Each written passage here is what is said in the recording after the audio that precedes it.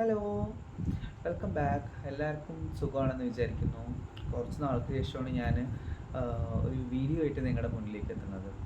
അപ്പോൾ ഞാൻ ഇപ്പം വളരെ റീസെൻ്റായിട്ട് നടന്നുകൊണ്ടിരിക്കുന്ന കുറച്ച് സമകാലീനമായിട്ടുള്ള കാര്യങ്ങളെപ്പറ്റി, കുറച്ചല്ല ഒരു കാര്യത്തിനെ പറ്റിയിട്ടാണ് സംസാരിക്കാൻ വന്നത്. ഇനി തുടർന്ന് മറ്റു കാര്യങ്ങളെപ്പറ്റി സംസാരിക്കാം. എൻ്റെ ഐഡിയാസ് ഞാൻ ഷെയർ ചെയ്യുന്നൊന്നുള്ളേ ഉള്ളൂ. ഇപ്പോൾ റീസെൻ്റായിട്ട് ഒരു ഒരു ബസ്സിൽ ഒരു വീഡിയോ എടുത്ത് ഒരു കുട്ടി ഇങ്ങനെ പോസ്റ്റ് ചെയ്യുന്ന പേരിൽ ഒരാൾ സൂയിസൈഡ് ചെയ്തു.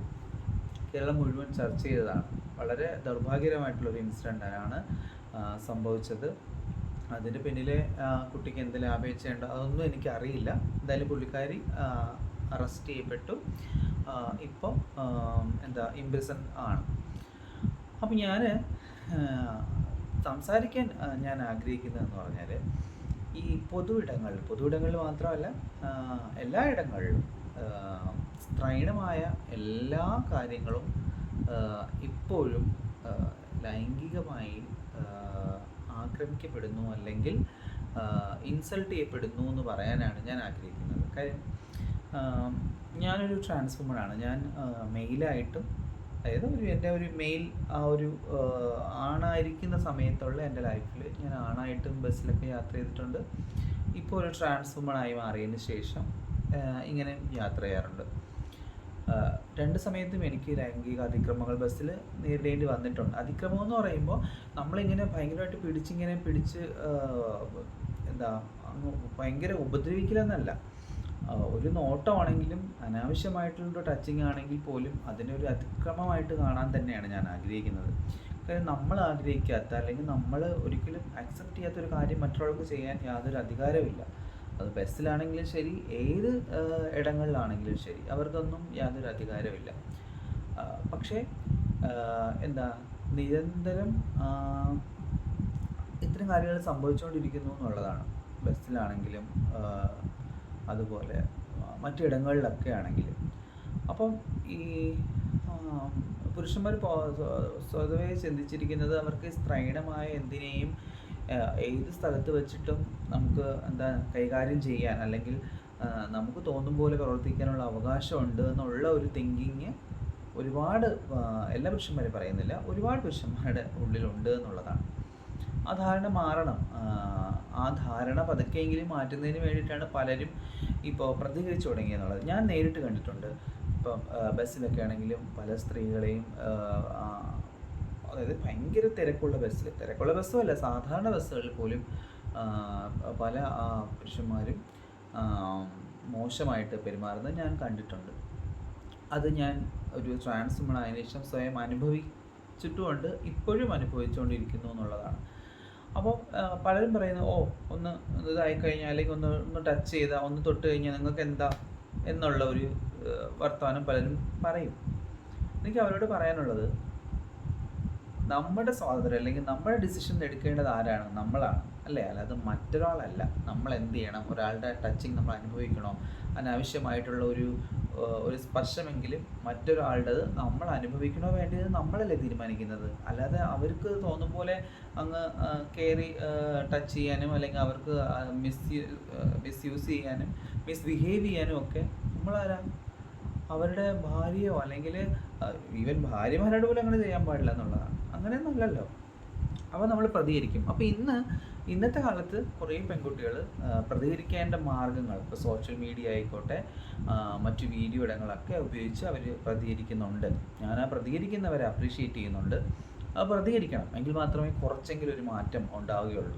പക്ഷെ നമ്മൾ പ്രതികരിക്കുന്ന സമയത്ത് നമ്മൾ കൃത്യമായിട്ട് ആ തെറ്റിനെ കൃത്യമായിട്ട് സമൂഹത്തിലേക്ക് കാണിച്ചു കൊടുക്കണമെന്നുള്ളത്. അങ്ങനെ കാണിച്ചുകൊണ്ട് മാത്രമേ പ്രതികരിക്കാവൂ.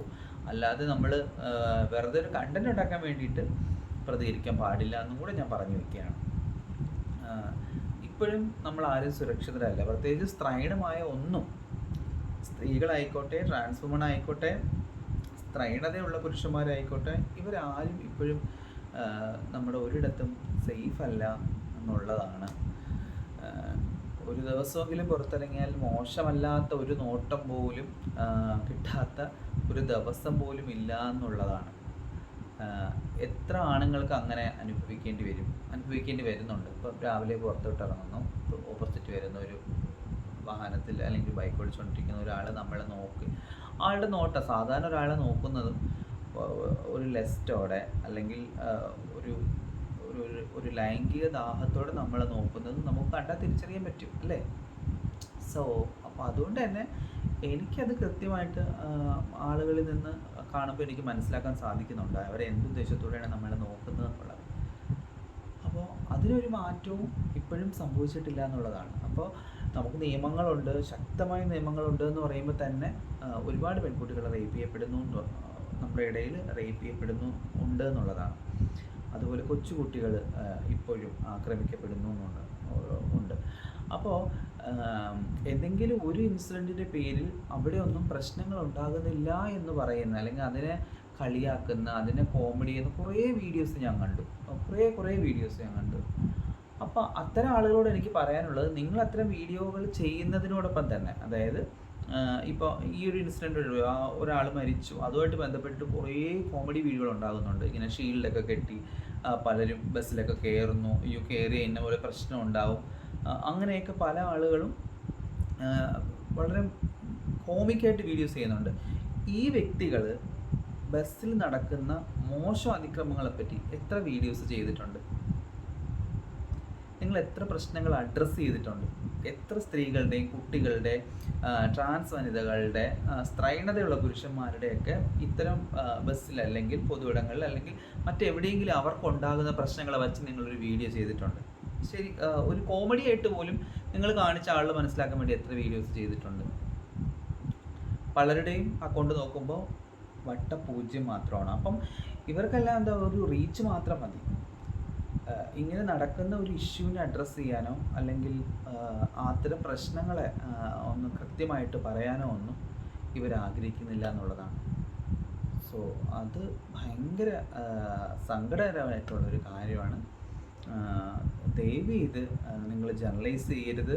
ഭയങ്കര ഇഷ്യൂ ആണ് ഇപ്പോഴും നമ്മുടെ സൊസൈറ്റിയിൽ. നമ്മുടെ അമ്മമാരും പെങ്ങന്മാരും സ്ത്രീജനങ്ങൾ മുഴുവനും ഇത് വളരെ മൗനമായിട്ട് സഹിക്കുന്നുണ്ട്. പലരും പ്രതികരിക്കാതെ അത്തരം ഇടങ്ങളിൽ നിന്ന് ഇറങ്ങിപ്പോവാറുണ്ട്. മൗനമായി അത് സഹിച്ച് നിൽക്കുന്ന ആളുകളുണ്ട്. സത്യം പറഞ്ഞു കഴിഞ്ഞാൽ അവർക്ക് വലിയ അന്യായമാണ് സംഭവിക്കുന്നത് പലയിടത്തും. അപ്പോൾ നമ്മളതിനെ നിസ്സാരവൽക്കരിച്ച് അങ്ങനെ ഒരു തമാശ പോലെ പറഞ്ഞു പോകാതെ, തെറ്റ് ചെയ്യുന്ന ആളുകൾ എന്തായിരുന്നാലും ശിക്ഷിക്കപ്പെടേണ്ടത് തന്നെയാണ്. അപ്പോൾ നമ്മൾ അതിനെ നിസ്സാരവൽക്കരിക്കുമ്പോൾ നമ്മൾ നിസ്സാരവൽക്കരിക്കുന്ന ആ ഒരു ഗ്യാപ്പിലൂടെ രക്ഷപ്പെടുന്നത് ഒരുപാട് ക്രിമിനലുകളാണെന്നും കൂടെ നിങ്ങൾ മനസ്സിലാക്കണം. അവർക്ക് രക്ഷപ്പെടാനുള്ള വഴി ഒരുക്കി കൊടുക്കരുത്. ഇനിയും പലരും പ്രതികരിക്കുന്നത് കൃത്യമായിട്ടുള്ള കാരണമുള്ളത് കൊണ്ട് തന്നെയായിരിക്കും. പ്രതികരിക്കുമ്പോൾ നിങ്ങളാരും ഇതിനെ നിസ്സാരവൽക്കരിക്കരുത്. കൂടെയുള്ളവർ അതിനെ അവരുടെ കൂടെ നിൽക്കാൻ, അവർക്ക് സപ്പോർട്ടായിട്ട് നിൽക്കാൻ ശ്രമിക്കണമെന്നും കൂടെ പറയുകയാണ്. ഇതെൻ്റെ അനുഭവത്തിൽ നിന്നാണ്. ഞാൻ പറഞ്ഞല്ലോ, ഞാൻ ഒരേ സമയം ഒരു പുരുഷനായിട്ടും, ഒരേ സമയം മീൻസ് പുരുഷനായിട്ടും ഒരു കാലത്ത്, അതുപോലെ തന്നെ സ്ത്രീയായിട്ടും ഒരു ട്രാൻസ്വുമണായിട്ടും ഇത്തരം ഇടങ്ങളിലൂടെ സഞ്ചരിച്ചൊരു വ്യക്തിയാണ് ഞാൻ. അപ്പോൾ അതുകൊണ്ട് ഈ രണ്ട് സമയത്തും എനിക്ക് സംഭവിച്ചിട്ടുള്ള കാര്യങ്ങൾ കൃത്യമായിട്ട് എനിക്ക് അഡ്രസ്സ് ചെയ്യാൻ പറ്റുന്നുണ്ട് എന്നുള്ളതാണ്. അപ്പോൾ അതിൻ്റെ ഒരു ചൂരും അതിൻ്റെ ഒരു വിഷമമൊക്കെ എനിക്ക് നന്നായിട്ട് അറിയാം. ഞാനും മൗനമായിട്ട് പലയിടത്തും സഹിച്ചിട്ടുണ്ട്. എന്തിനാണ് എല്ലായിടത്തും പ്രശ്നം ഉണ്ടാക്കുന്നത്? കാരണം പ്രത്യേകിച്ച് ഇപ്പം ഞങ്ങളെപ്പോലെ ട്രാൻസ്വുമൻസ് പ്രശ്നം ഉണ്ടാക്കുമ്പോൾ യാതൊരു സപ്പോർട്ടും ആരിൽ നിന്നും കിട്ടില്ല. നിങ്ങളിങ്ങനെ ആയതുകൊണ്ടാണ് അത് അങ്ങനെ സംഭവിച്ചതെന്നാണ് പലരും കുറ്റം പറയുന്നത്. ഇപ്പോൾ ഈവൻ ഉണ്ടാകുമ്പോൾ, പ്രശ്നം ഉണ്ടാകുന്നത് നമുക്ക് ഏറ്റവും അറിയാവുന്ന ആളുകളുടെ അടുത്ത് പോയി പറയുമ്പോൾ പോലും വല്ല ആവശ്യം ഉണ്ടായിരുന്നോ, ആണായിട്ട് അങ്ങ് ജീവിച്ച പോരായിരുന്നോ, ഇങ്ങനെ ആയതുകൊണ്ടല്ലേ ഇങ്ങനെ സംഭവിച്ചതെന്ന് പോലും പറഞ്ഞ് തിരുത്തുന്ന ആളുകളുണ്ട് നമുക്കിടയിൽ. അപ്പോഴും ഇങ്ങനെ ജീവിക്കാൻ ഒരു അധികാരം നിങ്ങൾക്കില്ല, അല്ലെങ്കിൽ നിങ്ങളിങ്ങനെ ആയിപ്പോയതുകൊണ്ടാണ്, അല്ലെങ്കിൽ ഒരു സ്ത്രീ ജീവിതം ജീവിക്കുന്നതുകൊണ്ടാണ് നിങ്ങളിത് നേരിടേണ്ടി വരുന്നത്. പക്ഷെ ആ നേരിടേണ്ടി വരുന്നത് ഒരു അനീതിയാണെന്ന് ആരും പറയുന്നില്ല എന്നുള്ളതാണ്. അപ്പോൾ എനിക്കുള്ളൊരു റിക്വസ്റ്റ് എന്ന് പറയുന്നത്, ദയവ് ചെയ്ത് നിങ്ങളാരും ഇതിനെ നിസ്സാരവൽക്കരിക്കാതെ സീരിയസ് ആയിട്ട് തന്നെ നമ്മുടെ കുഞ്ഞുങ്ങൾക്കും അമ്മമാർക്കും സഹോദരിമാർക്കും ഒക്കെ നേരിടുന്ന ഈ ഒരു ഇഷ്യൂ ആയിട്ട് തന്നെ കണ്ടുകൊണ്ട്, ഒരു പ്രശ്നമായിട്ട് തന്നെ കണ്ടുകൊണ്ട് അഡ്രസ്സ് ചെയ്യണം എന്നുള്ളതാണ്. ഞാനെന്നും അനുഭവിക്കുന്ന ആളുകളോടൊപ്പമാണ്. വി- ഈ പ്രശ്നങ്ങളിൽ അകപ്പെട്ട് വിഷമിക്കുന്ന ആളുകളോടൊപ്പമാണ് എന്നും ഞാൻ. ആം, ഞാൻ വളരെ റീസെൻ്റായിട്ട് ഭാവനയെ കണ്ടായിരുന്നു. ഞാൻ ഒരുപാട് ആഗ്രഹിച്ചെന്ന് വെച്ചാൽ ഒരു സെലിബ്രിറ്റി എന്നുള്ളതിൽ അവരെ കാണുക എന്നുള്ളതല്ല, ഒരു സർവൈവർ എന്നുള്ള രീതിയിൽ അവരെ കണ്ടൊന്ന് അപ്രീഷിയേറ്റ് ചെയ്യണം, അവരുടെ ഒരു ധൈര്യത്തെ അപ്രീഷിയേറ്റ് ചെയ്യണം എന്നുള്ള ആ ഒരു ആഗ്രഹം എൻ്റെ മനസ്സിലുണ്ടായിരുന്നു. വളരെ റീസെൻ്റായിട്ട് ഞാൻ ട്രിവാൻഡ്രത്ത് ലുലു മാളിൽ അവരുടെ റീസെൻ്റായിട്ടൊരു മൂവിയുടെ പ്രൊമോഷന് പോയ സമയത്ത് ഞാൻ അവിടെ വെച്ച് കണ്ടിട്ടുണ്ടായിരുന്നു. പുള്ളി നേരിട്ട് കണ്ടു, ഷേക്കിൻ്റെ ഒക്കെ കൊടുത്തു. എനിക്ക് അവരെ ഓർത്ത് വളരെ പ്രൗഡാണെന്ന് പറയാനൊക്കെ സാധിച്ചു. ഒരു ഫോട്ടോയൊക്കെ എടുക്കാൻ സാധിച്ചു. ഞാൻ റീസെൻ്റായിട്ട് അത് പോസ്റ്റ് ചെയ്തിട്ടുണ്ടായിരുന്നു എൻ്റെ സോഷ്യൽ മീഡിയ പ്ലാറ്റ്ഫോംസിലൊക്കെ. സോ സത്യം പറഞ്ഞാൽ ഇപ്പോഴും വിഷമിക്കുന്ന മനുഷ്യർ നമുക്ക് ചുറ്റുമുണ്ട്. പലരും നീതി നിഷേധത്തിലൂടെ മുന്നോട്ട് പോകുന്നു എന്നുള്ളതാണ്. അപ്പോൾ 1000 പേർക്ക് നീതി നിഷേധം ഉണ്ടായാലും ഒരാൾക്കെങ്കിലും ന്യായം കിട്ടണ്ടേ? ആ ന്യായത്തിലൂടെയല്ലേ സമൂഹം പതുക്കെയെങ്കിലും തിരുത്തപ്പെടുകയുള്ളൂ. അപ്പോൾ അതിനുവേണ്ടി നമ്മളെല്ലാവരും മുന്നോട്ട് വരണം. അതായത് പ്രത്യേകിച്ച് അനീതി ഉണ്ടാകുന്ന നമ്മുടെ സഹോദരങ്ങൾ എന്തെങ്കിലും പ്രശ്നമുണ്ട് എന്ന് നമ്മളടുത്ത് പറയുമ്പോൾ, പ്രത്യേകിച്ച് ഇത്ര ഇടങ്ങളിൽ അവർ ശബ്ദം ഉയർത്തുമ്പോൾ അവരോടൊപ്പം നിൽക്കുക എന്നുള്ള ഒരു മനോഭാവമെങ്കിലും നമ്മളെല്ലാവരും കാണിക്കണം എന്നാണ് എൻ്റെ ഒരു അഭിപ്രായം. ഇത്രയേ ഉള്ളൂ. മറ്റൊരു വിഷയമായിട്ട് വരാം. ബൈ.